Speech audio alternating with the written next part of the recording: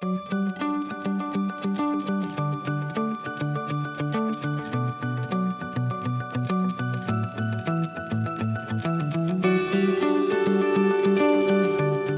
you're in business in Australia, chances are you're one of the staggering 89% that have come under some sort of cyber attack.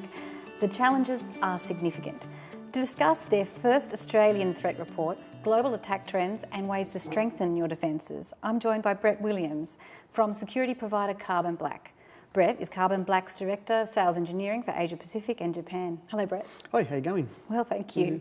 Thanks for joining us here today. Thank you. Brett, tell me a little bit about your role at Carbon Black.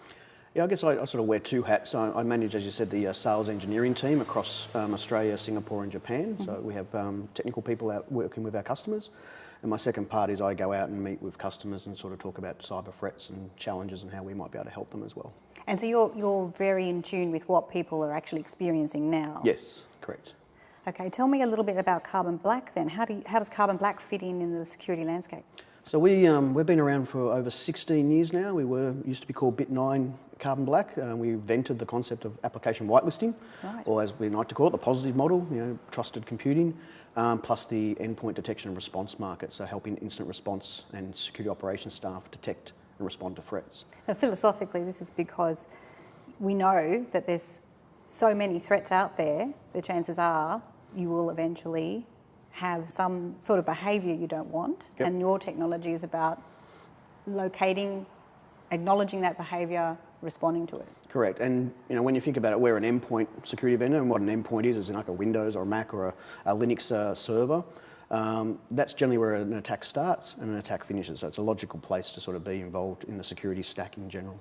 Well, Brett, before we get too much further, I think it's probably a good idea if we discuss exactly what is an attack or a threat or an instance or a breach. Yep. Yeah, and I guess those terms are used interchangeably and can be confusing.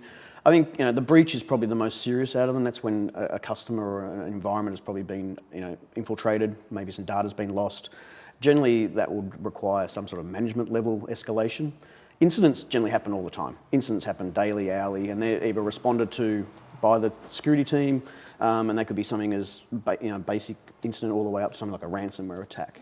So it's just based on scale. I think incident's probably a better word because that's what we're dealing with every day. And an incident may then be declared a breach. Well, you probably don't know what it is until you start to investigate, correct. So tell me a little bit about what you found in this research. Now, it's the first Australian research that Carbon Black has done, but you've got a history of doing this level of research globally, I believe. Correct. Yeah, so we work as an endpoint vendor and a cloud provider. We see a lot of data.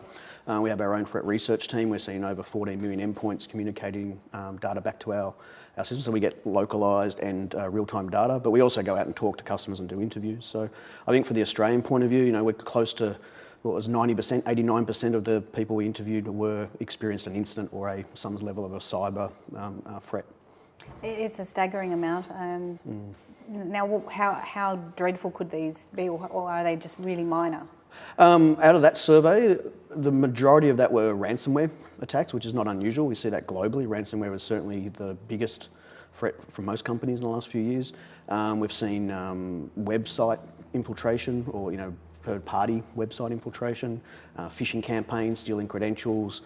Some of the customers also experienced Google Drive and other hosted-based type data exfiltration. That could be a malicious insider stealing data, or even someone accidentally sending their work home to work at home and found that on a public website. So what does a ransomware attack actually look like? Involved, yeah. So generally, most ransomware attacks will start from a phishing email.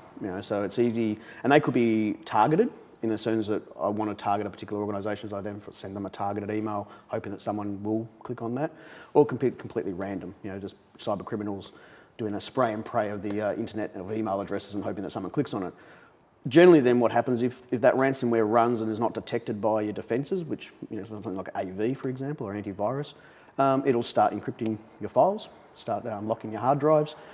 We saw some more advanced ransomware last year called WannaCry that then started moving laterally through the environment using an exploit that came out of the NSA leaks from a year earlier. And then they generally want ransom, so they'll then ask you for some Bitcoin or something else to do that. And the trend generally globally is a lot of people go and pay that. because in some respects these criminals just want the money, so they're pretty honest and will give you your data back, because you really only have one choice, right? You lose the data and restore from backup, hopefully you've got that, or you pay the ransom. Is there another choice? I mean, is there, or is the horse bolted by that point? In some respects, if you haven't caught it early, and if it's only isolated to one endpoint, then the impact can be lower. But if it does start to spread or goes into your core data sets in the data center, it could be a bigger impact. Now, I worked with a customer last year who unfortunately experienced a ransomware attack. They didn't actually know how far it spread and what the impact was. So the decision was to shut down the business for 24 hours and send everybody home. So obviously not just the ransom payment, but the shutdown of the business is a loss and a risk to the business in itself. That's very extreme. Of the incidents that you see in Australia, I mean, how do we compare to the rest of the world? On a pretty similar scale, keeping in mind that we're obviously a smaller entity in terms of population and businesses, but in terms of the types of attacks, the amount of attacks we're seeing on, per capita, I guess it's on par, particularly with the Western worlds. If you look at the UK, Singapore, the US and Japan, very similar type of attacks, ransomware, credential theft, phishing campaigns, standard malware, malicious malware type attacks. And a lot of these things are things you can't actually protect against. Like, they're not things you can just put up a wall to stop, are they?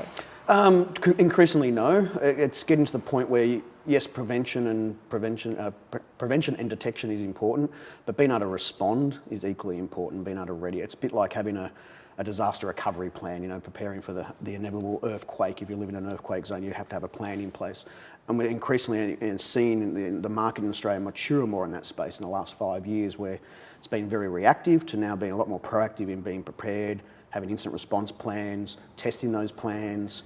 It's very important not just to think about technology in that case, but having people and process involved, like having lawyers on standby, PR agencies, being able to respond in a timely fashion. Because like anything in an incident, there's pressure, and you can't make decisions under pressure. So having that plan in place is what is important as well.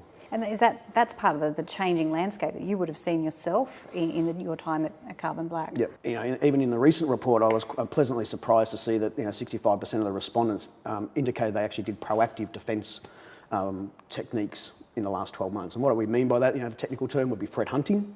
But really what that's about is not just waiting for a particular product or a tool set or something to alert you, but to actively go and find something and find the bad in your environment. I thought threat hunting was a fairly sophisticated technique. I'm surprised that it's being used so widely. I think, yes, certainly, 3 or 4 years ago, it was a very difficult thing to do. We didn't have necessarily the tools or the skill sets in the market to do that. But I think increasingly over the last few years, the security tool sets that we have available to us make it a little bit easier. People are starting to realise if they don't do it, they are going to miss that inevitable attack or incident. So that's why I was quite surprised and pleasantly surprised that we saw that increase here in Australia. If I use an analogy of maybe I'm a camera security guy watching a concourse of a large railway station. We watch people come in off trains, buy tickets, move onto platforms. A natural pattern forms over time. But then you start seeing someone move around the concourse in a weird way. Most likely it might be pickpocketing or up to no good. And that's trying to understand what is normal baseline and then looking for those abnormal behaviours. Do we have enough people coming into the industry to solve this problem, or is it always going to be a deficit? I don't know. That's the thing. That's the $1 million question. I think I don't think we will. And I think the main reason is this is becoming a much more pervasive threat. I think, firstly, if you look at the industry in general, if you start from small business all the way up to government, it really comes down to motivational. Understanding what's your risk and what's the motivation of someone wanting to attack you. And if you think about the different types of attackers, anything from the opportunist cyber criminal looking for credit cards all the way up to a nation state or another government after other government secrets, that's nothing new.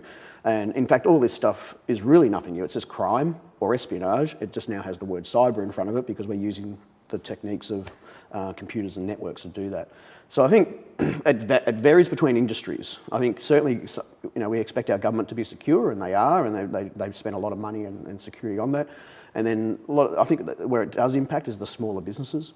The people who may only have less than 10, 15 people working for them. How do they have the time and money to secure their environments? And the other concern we see, there's this term we call island hopping or third-party attacks, right? A lot of people don't understand the value of what they bring to the table, right? I could be a small law firm, and that small law firm is doing mergers and acquisitions. They've got a lot of sensitive data, But ultimately, their target might be the larger company, right? So we island hop from these we've seen attackers island hop from these sort of smaller entities. As a business, you're looking at your risk, and particularly around IT risk, you might not go, oh, no one's going to attack me. Why would someone want to ransomware my machines or steal my data? But you've got to look at who you deal with and third-party involvement, because ultimately it could be what we call a supply chain attack or island hopping type of attack. Can you tell me a little bit more about island hopping? It doesn't sound like a technical term. It's not a technical. It's a term we use just to explain the risk to business level. Previously, we used to call it supply chain attack, and essentially the concept there is, I might be after a bigger entity, and that bigger entity might have better security, and obviously a security team. But then if I'm doing research as an attacker, I'm probably going to look at who do they deal with, and very little businesses nowadays are islands, right? They've got suppliers, they've got customers, they've got websites, they're outsourcing logistics. So then you start to do your research. Who can I get to get to the ultimate target? So essentially, you essentially attack the less sophisticated or the more vulnerable company to hope that you can move laterally through that or island hop between businesses. And so motivation for them might not be immediately apparent because it's actually not about their business at all. Correct. So it could be that you're just a collateral damage to get to the end goal. And we've seen this over the years. A lot of very large breaches, and I won't name them, but there's plenty. Retail breaches have been through various different providers, not necessarily direct to that particular company. When you talk to customers, Brett, do they give you their experiences in trying threat hunting for themselves? Yeah, a lot of times when we're talking, they're asking advice as well, because this is so fast moving that what you might have looked for last week, you might be looking for something. And there's lots of frameworks and standards being developed by various different associations. We work closely with a company, an entity called the MITRE, and they have what's called an attack framework. And what they actually look for is tools, techniques and procedures. I know it's a technical term, but it essentially means what's the behaviour that someone does on an endpoint or in a network to do bad. Now that's leveraging good, using aspects of an operating system that are already there, part of the Microsoft operating system, for example, and leveraging those techniques to move and do things on the endpoint. So threat hunting is about trying to find those techniques used in a strange way. My example earlier, I think, was the whole, I get an Outlook, I open Outlook, I get an email, I drop Microsoft Word, Word spawns Microsoft PowerShell. So PowerShell is an inbuilt administration tool on Windows. That starts exfiltrating data, maybe encrypting my disk. Each one of those will have a technique attached to it, a repeatable process that can be validated and done on a regular basis. And that's generally the challenge, is building the structure and process around the threat hunting exercise. Yes, getting the data, having visibility is critical, but that in some cases can be relatively easy if you put the right tool sets. That's just data from your network, right? Yeah, network or endpoint. You might already have that data as well, and getting into a system that you can then hunt on. Now we build threat hunting platforms at Carbon Black, obviously endpoint focused, right? And you can hunt for that. But then just looking for that is not the answer. Putting a procedure around it and a repeatable process around that is important. Let's discuss what is an endpoint? $1 million question. No, essentially an endpoint is anywhere a user would be accessing a system, right? Now, the most common endpoints we're all familiar with is a laptop or a desktop running Windows, Macintosh, or Apple Mac, or Linux. Endpoints also include mobile phones, obviously, and even web services. You log onto websites and whatever. They're technically endpoints. So an endpoint for us, by definition, is something that a user will generally, or an end user will touch, or is servicing data to somebody. With so many endpoints, this is incredibly intricate stuff. How do you do it? Visibility, right? And that's a term we've been using over and over in this industry for a long time. But what it really means is getting access to the raw data. And from an endpoint perspective, that's machine type data. That's what's running on the endpoint, what's executing, what network connections are being made, registry key changes, all that data. Some of the heritage of Carbon Black when we started many years ago was making instant response a lot quicker and easier, and that's a time-consuming process. Having the data centralised, having it collected from those endpoints is incredibly powerful. Once you've got the data from all of the endpoints, you've got a system in which can start to automatically bring it all together. Yep. What happens then? Then you start applying your tests and your process around that. So not only is that humans looking at the data and looking for that behaviour that doesn't look right, but you can apply threat intelligence. You buy, we call them, say, patterns of an attack, looking for certain patterns or behaviours and have the system sort of hunt for you and then circumvent that with people as well looking for that behaviour. And then from there, the most important aspect of a threat hunting exercise, once you have detected something, is learning from it and then maybe then reapplying that back to your prevention, to stop that from next time.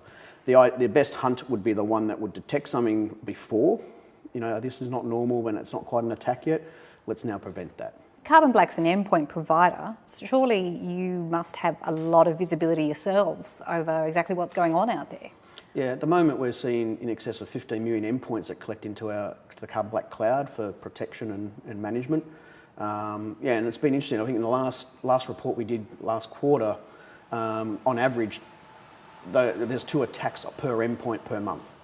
So if you take Is that across the globe? On average, yeah, across we're global, right? And so if you take like a 10,000 endpoint customer, that's 660 attacks per month. Brett, is that an uptick in activity? Yeah, for sure. And in the Australian report that we're just releasing, it's like the respondents said that 81% of them have seen an increase in the last 12 months. It's not going to go away. This is not going to decline. I think the reality is we're going to be fixing the symptoms. We're never going to solve the disease. Well, it's all about response now, right? Yeah. That is the current, the pervading philosophy, yep. That it's all about how you respond to these things. What are your thoughts on that? I think it's the only way, right? I think a long time we've relied on prevention. We always rely on our locks on their front door. We know they don't stop robbers, right? And I think the same thing applies in information security. We've always relied on prevention as the only thing, or that next silver bullet's going to solve the next attack or next method. In reality, that's all about customers are now realising you've got to do detection. We believe you still need people and be able to do detection, but we want to make the systems be able to do some of that for you. So the other shift we're seeing from a security perspective, from our perspective, we look at what we do. We look at everything as a whole, not as an individual event. So we look at it as a stream of information, and through that we try and detect the bad, right, and prevent. Mm-hmm. I'll use an analogy. If you look at credit card fraud, 10 years ago, credit card fraud was generally detected manually. Either you looked at your statement and said, "Oh, I didn't buy that handbag in China," or the bank would ring you up and say, "We found something." And that was mainly because the banks were doing a lot of batch and manual processing. You fast forward 10 years, that's now automated. They do real-time fraud detection, they're blocking the transactions, and that's because they're not only looking at all your transactions as a whole, they're looking at all their customers, they're understanding where good and bad's happening, and they can do it in real time. So now you get an alert on your phone if something happens. What that did to the disruption to the cyber criminals is 10 years ago, a credit card would have been worth about $300 to $400 each. It makes it either economically unviable to change a technique, because at the end of the day, a lot of these are businesses, the cybercrime or adversaries, or just make them move to the next target. It's a bad thing to say, but attack my friend down the street, not me, right? And that's the trend we're seeing. Brett, is it fair to say that our more common threats now, or our biggest dangers, are the ones that don't look like anything we've seen before? They're one of a kind. It is true that we're seeing more new attacks, but a lot of it's being repurposed from older applications or old malware. And the second most common malware we saw last year at Carbon Black was one called Emotech. Emotech, depending on how you want to say it. But essentially it's banking Trojan from 4 or 5 years ago. And that was purely there to steal your banking credentials and your credit card information, your online banking. They realised they could steal other things, photos and documents off your computer, and obviously corporate secrets if you happen to be a corporate laptop. And that's slowly got evolved by the cybercrime gangs to do more and more. And it became a bit of a platform, and we've seen it adopted by more advanced attackers, looking to do it for more espionage type use cases. The idea that it's based on something old and recognisable, and yet it cannot be detected once it starts being changed. I mean, it sounds very complicated for smaller businesses to deal with. Yeah, well, the concept of the change in the file or the piece of malware is not that complicated, right? It's done all the time. But I think the challenge of small businesses is understanding their risk and where they can protect themselves. A lot of the common things we saw, and this was in our report as well, is a lot of phishing campaigns. And a lot of people think having to push a button, approve a login on a phone or the like is inconveniencing your users. But if you think about the impact of having your emails forwarded to someone you don't know what their motivations are, probably the approve, the disapprove of a login is probably not as inconvenient as you first thought. Okay, what's a whaling or a water hole attack? So, a water holing would be where we target a website or a targeted campaign against the ultimate target. Let's say I want to target a CEO, and I want to get him to be able to open an email. So to do that, I'll go and infect maybe a website that he goes to often. It could be his son's weekend soccer schedule website, which most likely will have less security on it than normal websites. So you try and direct him into the waterhole to click on the link, and then, because it's a trusted, I'm expecting my son's schedule type scenario. Now, a whaling attack is more where I'm writing a custom phishing email to go after the whale, the bigger, the more targeted. Now, a whale could be the CEO. More commonly, it might be the IT person. And it's a way of working together. As we always, as defenders, we need to collaborate better as well, because the bad guys collaborate. Why can't we? So as vendors, we collaborate amongst each other as well. So we're collecting and sharing that data, so everyone in the community gets to benefit. Brett, it's been such a pleasure to talk to you today, and I wanted to thank you for sharing your expertise with the audience. For those in the audience who are wondering maybe what their next step could be, do you have any suggestions? Yeah, I think it'd be great if they feel free to reach out to our website and download our Australian-focused threat intelligence report and subscribe to those, because we do release them regularly. Secondly, we have a team here in Australia, more than happy to engage with customers to talk about what we can do to help. Even if it's just some advice around threat hunting and some training around that as well, we can do that as well. That's awesome. Thanks so much. Thanks, Scott.